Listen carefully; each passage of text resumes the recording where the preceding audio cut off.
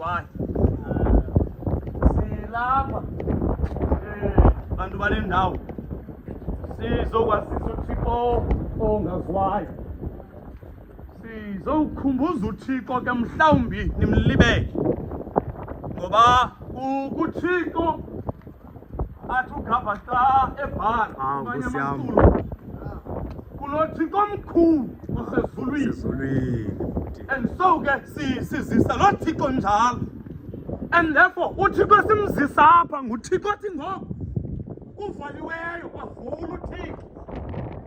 uThixo simsondeza apha bantu bale ndawo bahlali balapha nguThixo othi ngeli xesha abantu sebesithi kugqityiwe.